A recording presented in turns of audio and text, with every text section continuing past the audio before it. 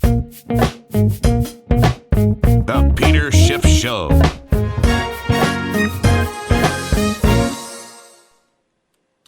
Well, it was a holiday-shortened week, but we still had a lot of economic data that came out Tuesday through Friday, almost all of it bad. And some of it wasn't just bad, it was really horribly bad.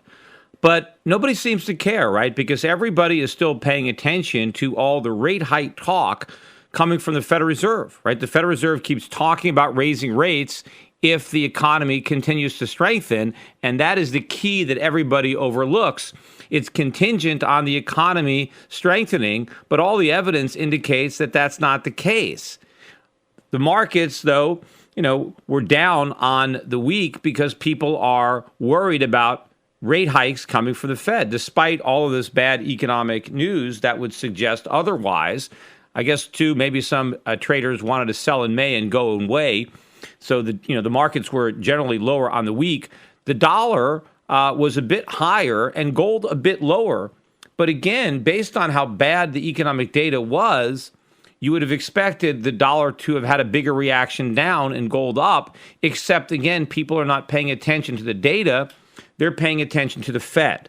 And again, that shows you how manipulated this market really is, because it's all really about what the Federal Reserve does or what the Federal Reserve thinks.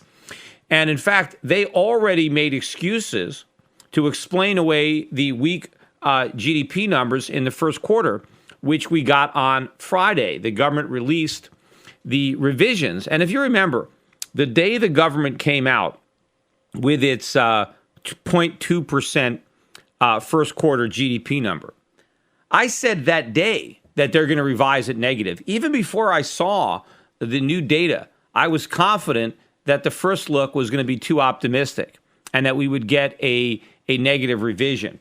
And so by a Friday morning, before the number came out, the consensus was for a negative 0.8. And in fact, we got a negative 0.7, which, can you believe it? People were saying, hey, it's good news, right? We beat the estimate, right? It wasn't quite as awful as we thought. But it actually was, because remember, in order to get the 0.7, the government had to pretend that inflation was negative. That negative 0.1 deflator was unchanged in the revision. So the government still inflated. Nominal GDP was actually down 0.8. But because they pretended that we had deflation and not inflation, they were able to inflate the deflator by the GDP rather, by making the decline smaller. But also, companies continue to build inventory incredibly. Hope springs eternal. There are still so many people that are buying into this recovery nonsense that they're still gearing up for something that's not going to be there. If you take out the inventory build, I think GDP would have been down 3%. And that's assuming that inflation was negative, which it wasn't. So this was a bad number, but nobody cares because the Fed had already said they don't believe the first quarter data. They're going to doubly seasonally adjust it. And so as far as they're concerned, growth was 1.8%, no matter what the actual number is, right? So what that tells people is, we don't have to worry about the weak first quarter because it's not going to change the Fed's mind because they still think the economy is strong. When all of the data that we got that has come out for the second quarter, and we're going to get into more of that in this podcast, but most of that data is also very, very weak. How do you explain away the awful May numbers? Because, it's pretty nice. I just came inside to record this podcast. It's a beautiful day. The weather's been nice all month. In fact, I was speculating in the winter that if the spring was really nice, they would blame the lack of shopping on the good weather, right? They would say, well, the weather is so nice, people are so relieved from being out in the cold that they spent all their time at the beach and the park, playing with their family, on picnics. And so that's why they didn't go shopping, right? So first it's too cold to shop, then it's too nice to shop, right? They never run out of excuses. But we got some other economic data that came out on Friday that was really bad, that nobody really talked about. Probably the worst one was the plunge in quarterly profits in the first quarter. Now, this is a quarter where the Dow Jones and the S&P hit record highs, and the NASDAQ. What happened to corporate profits? They plunged by 5.9%. That was the biggest quarterly drop in profits since the financial crisis of 2008. Now, prior to that, I'm not even sure when we had a quarter this bad. But this is a big drop in corporate profits. This has got to be telling you something. You can't blame this on the weather. Do you think when they have their stockholders meetings, you think the CEOs of these companies are going to say, listen, I know we had a lousy quarter, but it was because of the weather? I don't think the shareholders are going to accept that excuse, right? The way the economists or the media buys the government's excuse about the weather. Look, we had a bad winter last winter. Corporate profits didn't collapse like they just did this winter. So there's something really going on. And, productivity has just fallen for 2 back-to-back quarters. That rarely happens. So if productivity is falling and profits are plunging, what does that tell you about payrolls? Right? Everybody's been wondering about unemployment. Well, what about the payrolls, right? Because if corporations are having their profits squeezed and their productivity is falling, what do? They got to cut costs. Well, what costs can they cut, right? Their workers, they can lay them off. There was an announcement, JP Morgan is about to lay off 5,000 workers. That's 5,000 more people now that used to work at JP Morgan that are now going to be competing for those minimum wage jobs. Right? Or maybe they're going to be driving Uber cars around, right? This is what we're doing. We're destroying good jobs and creating lousy part-time jobs, minimum wage type jobs. But if corporations have to, shore up their balance sheet because this drop in profits, so remember, these corporations are already levered up to the max. Imagine what would happen if the Fed actually raised interest rates. If corporate profits are plunging when rates are still at zero, what happens to these levered balance sheets when rates go up? Then profits are really going to hit the skids. Then they're really going to have to ramp up the layoffs. So anybody who's thinking forward looks at this number and says, you know what? The layoffs are coming. If the Fed says that they're not going to raise rates unless the economy improves, unless the job market improves, well, we know it's not going to improve because if corporations don't have profits, how are they going to hire people? They got to lay people off. And here's another bad number that came out on Friday was the May Chicago PMI. And this is the May number. Right now, we did get a bounce in April from a lousy print we had in March, right? We got a bounce in April. And people were saying, you see, everything is bouncing back, right? And April's PMI was 52.3. And people were looking for the number to continue to recover from the March lows to 53.1. Instead, we plunged all the way back down to 46.2, almost as low as the horrible March number, which is a 6-year low. So instead of building on April's gains, we collapsed down to the March lows. So we're now in May, just as lousy a number as we were in the winter with the cold and the snow. So how do you explain this? And of course, this just capped more bad economic data that came out earlier in the week. I'll start with the April durable goods, right, which fell 0.5. This is a year-over-year decline. It's the 4th consecutive month that we've had declining year-over-year durable goods sales. Now, look, if the truth was that the economy was really depressed in the winter because everybody was holding back their spending and investing because it was too damn cold, right? Then there should be a big spring back in the spring, right? All this pent-up demand should have been unleashed in April and May. The fact that the numbers are as bad, if not worse, in April and May than they were during the winter shows that it wasn't the weather that was slowing down the economy, because the economy is even slower now that the weather has improved. Right? Now, we also got the March services PMI, which fell, although this is still March, to 56.4. It's the lowest level since January, the second monthly drop. And it's the first year-over-year decline since December. So another negative number. A really bad one was another May number. Dallas Fed manufacturing crashed to minus 20.8. This is the 5th consecutive monthly decline for that index. So it declined in the winter, and it's continuing to decline in the spring. So it's building on the weakness. There is no bounce back.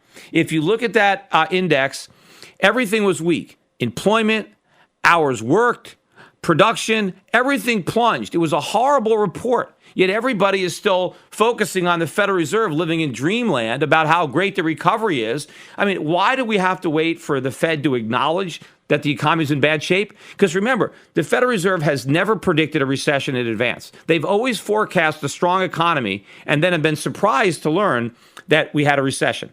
In fact, in many cases, they are forecasting economic growth while we are in a recession that they still don't perceive.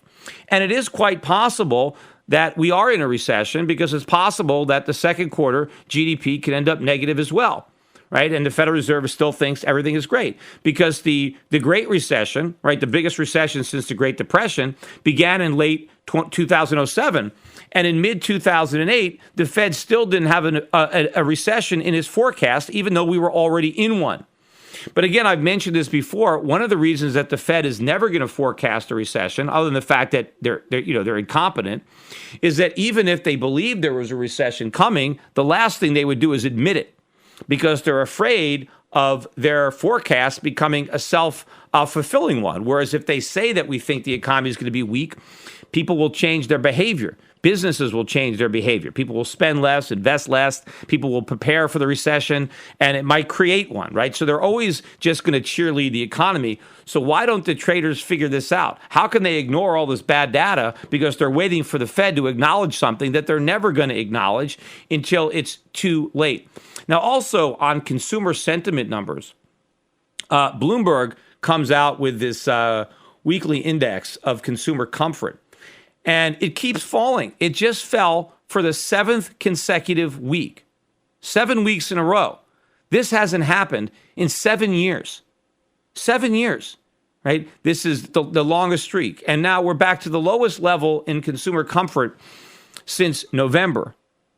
And more importantly, one of the things that they measure, they survey consumers and they ask them, do you think now is a good time to buy stuff, right? Is it a good time to spend? The percentage decline in the people who said yes now versus the last time, it was the biggest plunge since 2011.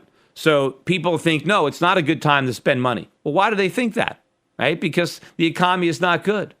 That's why, even on employment, when people are now more afraid of losing their jobs. I mentioned this in an earlier podcast than they were at any point since the Great Recession. And if the unemployment rate is really so low, why are so many people worried about losing their jobs, right? Because they know that if they lose their job, that's it, right? They just got a part-time job, waiting for them. That is the problem, right? Because in the past, if you had a full-time job, good job, and you lost it, well, you can get another full-time job. But now those jobs are very scarce. People know if you lose your job, you're not going to get another job that has the same pay.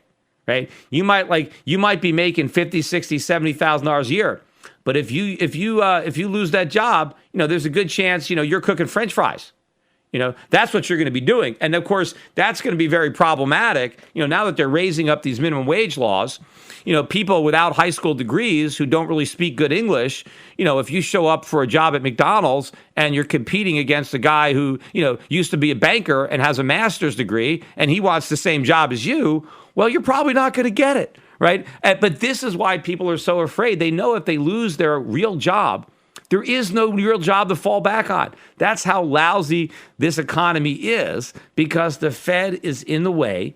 It will not allow a legitimate recovery. It is too concerned about maintaining the illusion of prosperity to allow genuine prosperity. So all they want to do is prop up the stock market, prop up the housing market, pretend everything is okay, allow the government to keep on borrowing and spending as if it can actually afford to repay its debts or honor its commitments. This is all one big illusion. And the reason I think so many traders are so anxious to try to discern whether or not Janet Yellen is going to raise rates or not is because they still believe that they will. They still believe the Fed is serious. They still haven't figured out the con.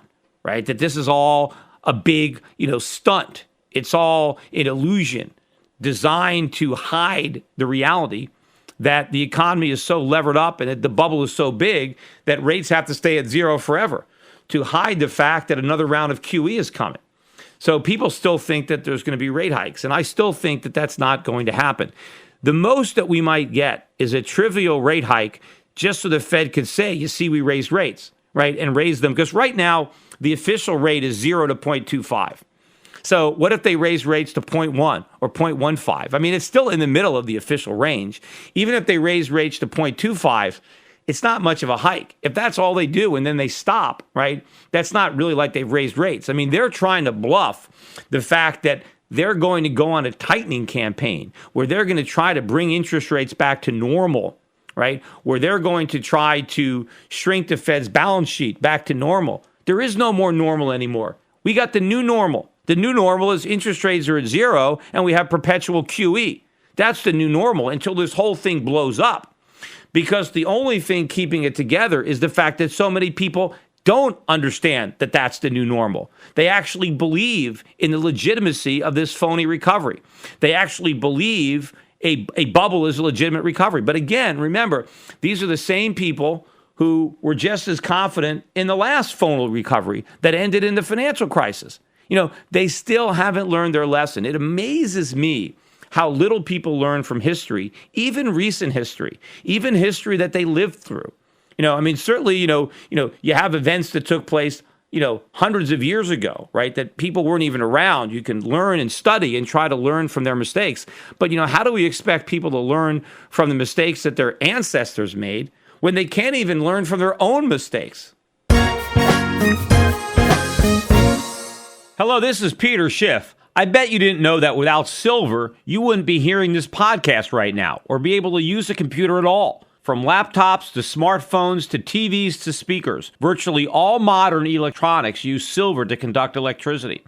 Did you know that the average solar panel uses 2/3 of an ounce of silver to function? And the solar industry is expanding dramatically, not just in America, but in booming developing nations like China and India. Silver is naturally antibacterial and is used extensively in modern medicine. Silver coatings are being added to breathing tubes, bandages, catheters, and other medical instruments to reduce the spread of infections. When antibiotics fail, silver still works. I believe the 21st century will be the century of silver. As fiat currencies continue to collapse and new uses are found for silver every day, the white metal's strong industrial demand and low per ounce price will make it increasingly attractive to savers around the world. At today's prices, people of any age and background can afford to buy some silver. Learn why silver is a smart and reliable investment in my free special report, The Powerful Case for Silver. Visit schiffsilver.com and download it now. The Powerful Case for Silver includes information about silver's amazing chemical properties. It also explains why I believe silver may outperform gold in the coming years. Download The Powerful Case for Silver and educate yourself, your friends, and your family about the white metal. Just visit schiffsilver.com to download my free report. That's schiffsilver.com.